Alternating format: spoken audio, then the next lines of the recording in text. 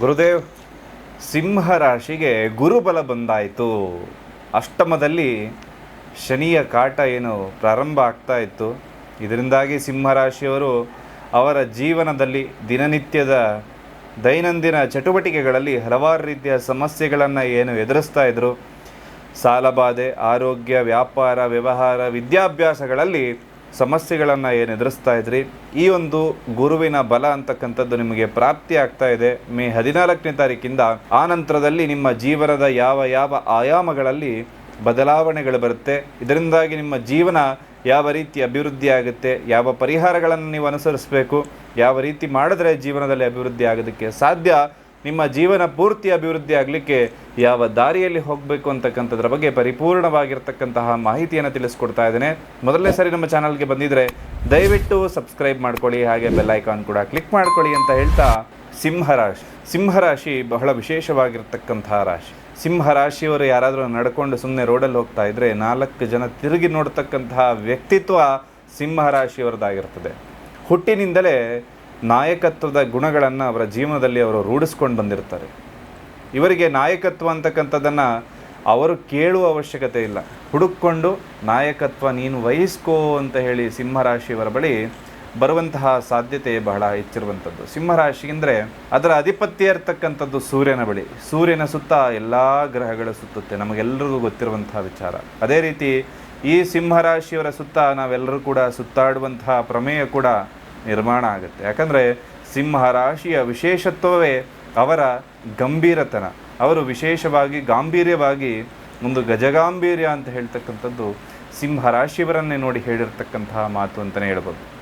ಬಹಳ ವಿಶೇಷವಾಗಿ ಅವರು ಅವರ ಜೀವನದಲ್ಲಿ ಸತ್ಯ, ನ್ಯಾಯ, ಧರ್ಮ, ನಿಷ್ಠೆಯನ್ನು ಇಟ್ಟುಕೊಂಡು ಜೀವನವನ್ನು ನಡೆಸ್ತಾ ಇರ್ತಾರೆ. ಒಳ್ಳೆಯ ಗುಣಗಳಿಂದ ಜನರ ಮನಸ್ಸನ್ನು ಗೆಲ್ತಕ್ಕಂತಹ ವ್ಯಕ್ತಿತ್ವ ಸಿಂಹರಾಶಿಯವರದಾಗಿರ್ತದೆ.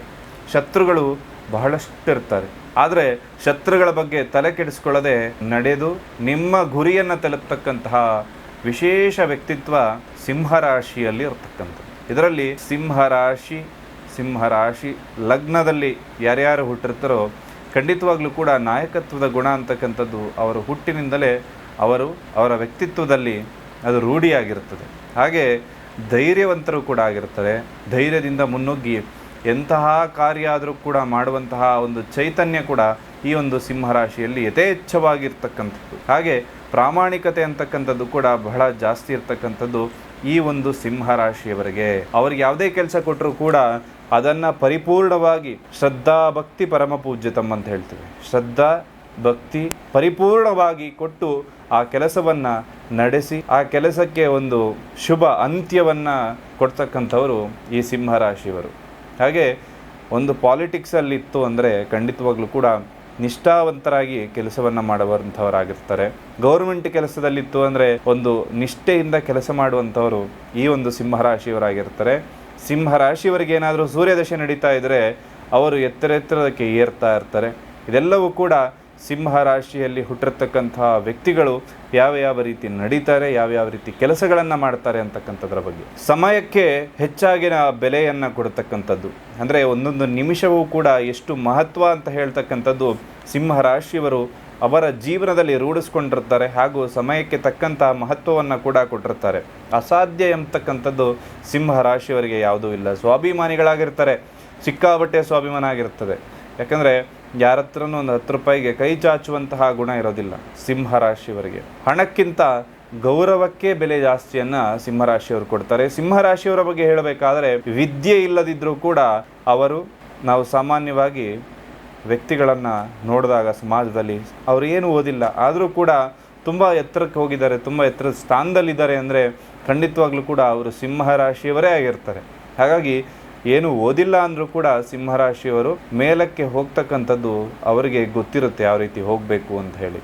ಹಾಗೆ ಸಿಂಹರಾಶಿಯಲ್ಲಿ ಪ್ರತಿಯೊಬ್ಬನೂ ಈ ರೀತಿ ಹೋಗ್ತಾನೆ ಅಂತ ಹೇಳ್ತಾ ಇಲ್ಲ.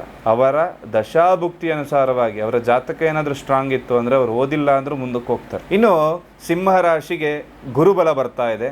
ಈ ಗುರುಬಲ ಅಂತಕ್ಕಂಥದ್ದು ಬರೋದ್ರಿಂದ ನಿಮ್ಮ ಕೆಲಸ ಕಾರ್ಯಗಳಲ್ಲಿ ಅಡೆತಡೆಗಳಾಗದೆ ಕೆಲಸ ಕಾರ್ಯಗಳು ಸಿದ್ಧಿ ಆಗ್ತಕ್ಕಂಥದ್ದಾಗುತ್ತೆ.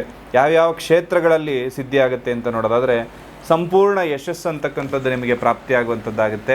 ನವೆಂಬರ್ ತಿಂಗಳವರೆಗೂ ಕೂಡ ಬಹಳ ಚೆನ್ನಾಗಿದೆ. ಆರ್ಥಿಕವಾಗಿ ಲಾಭವನ್ನು ಪಡೆಯುವಂತಹ ಎಲ್ಲ ಸಾಧ್ಯತೆಗಳು ಕೂಡ ಸಿಂಹರಾಶಿಯವರಿಗಿರುವಂಥದ್ದು.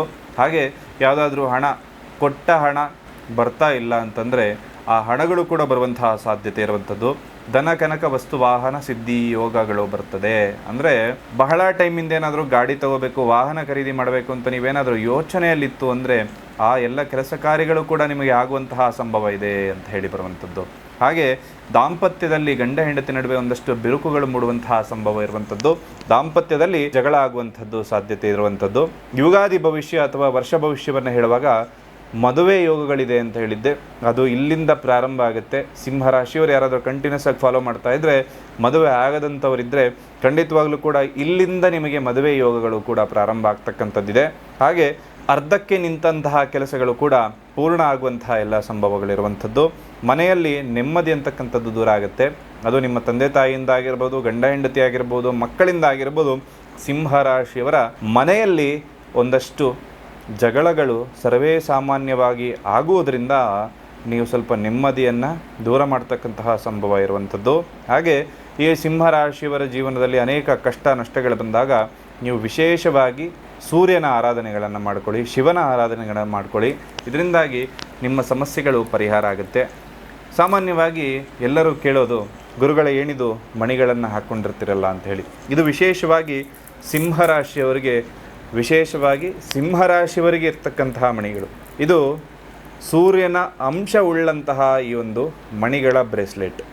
ಇದನ್ನು ನೀವು ಧರಿಸೋದ್ರಿಂದ ನಿಮ್ಮ ಕೆಲಸ ಕಾರ್ಯಗಳು, ಯಾವುದೇ ಕೆಲಸ ಕಾರ್ಯಗಳು ಅಡೆತಡೆಗಳಾಗ್ತಾ ಇದ್ದರೆ ಆ ಎಲ್ಲ ಕೆಲಸ ಕಾರ್ಯಗಳು ಕೂಡ ಸುಸೂತ್ರವಾಗಿ ನಡೆಯೋದಕ್ಕೆ ಸೂರ್ಯನ ಬಲ ಅಂತಕ್ಕಂಥದ್ದು, ನಿಮ್ಮ ರಾಶಿಯಾಧಿಪತಿಯಾಗಿರುವಂತಹ ಸೂರ್ಯನ ಬಲ ನಿಮ್ಮ ಜೊತೆ ಇರುತ್ತೆ.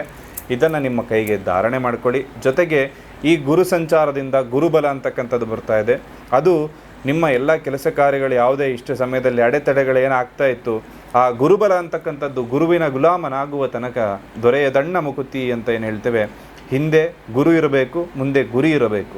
ಈ ಗುರು ನಿಮ್ಮ ಜೊತೆ ಇದ್ದಾಗ ನಿಮ್ಮ ಗುರಿಯನ್ನು ತಲುಪೋದು ಬಹಳ ಸುಲಭ ಆಗುತ್ತೆ. ಹಾಗಾಗಿ ಸಿಂಹರಾಶಿಯವರು ಸಾಧ್ಯವಾದರೆ ಪ್ರತಿಯೊಬ್ಬರೂ ಕೂಡ ಈ ಒಂದು ಮಣಿಗಳನ್ನು ನಿಮ್ಮ ಹಸ್ತದಲ್ಲಿ ನೀವು ಧಾರಣೆ ಮಾಡ್ಕೊಳ್ಳಿ. ಇದರಿಂದಾಗಿ ನಿಮ್ಮ ಜೀವನದಲ್ಲಿ ಅಭಿವೃದ್ಧಿ ಆಗಲಿಕ್ಕೆ ಸಾಧ್ಯ ಆಗುತ್ತೆ. ಇದನ್ನು ಸಾಧ್ಯವಾದಷ್ಟು ಮಾಡಿಕೊಳ್ಳಿ. ಸಾಧ್ಯವಾಗದೇ ಇರುವಂಥವರು ಗುರುವಿನ ದೇವಸ್ಥಾನಕ್ಕೆ ಹೋಗಿ ಒಂದು ಹಳದಿ ವಸ್ತ್ರವನ್ನು ದಾನದ ರೂಪದಲ್ಲಿ ಆ ದೇವಸ್ಥಾನಕ್ಕೆ ನೀಡಿ. ಇದರಿಂದ ಕೂಡ ಗುರುಬಲ ಅಂತಕ್ಕಂಥದ್ದು ಪ್ರಾಪ್ತಿಯಾಗುತ್ತೆ. ಹಾಗೆ ನಿಮ್ಮ ಗುರುಗಳು ಯಾರಾದರೂ ಇತ್ತು ಅಂದರೆ ಆ ಗುರುಗಳ ಸೇವೆಯನ್ನು ಮಾಡುವ ಮುಖಾಂತರ ಕೂಡ ಗುರುವಿನ ಒಂದು ಬಲ ಅಂತಕ್ಕಂಥದ್ದು ನಿಮಗೆ ಉನ್ನತ ಮಟ್ಟದಲ್ಲಿ ಯಾವುದೋ ಒಂದು ಪರಿಸ್ಥಿತಿಯನ್ನು ನೋಡ್ತಾ ಹೋದರೆ 6ಕ್ಕೆ ಏರಕ್ಕಾಗ್ತಾ ಇಲ್ಲ, 3ಕ್ಕೆ ಇಳಿತಾ ಇಲ್ಲ ಅನ್ನೋ ಪರಿಸ್ಥಿತಿಯಲ್ಲಿ ನೀವೇನಾದರೂ ಇತ್ತು ಅಂದರೆ ಈ ಗುರುವಿನ ಪರಿಹಾರವನ್ನು ಮಾಡಿ ನೋಡಿ.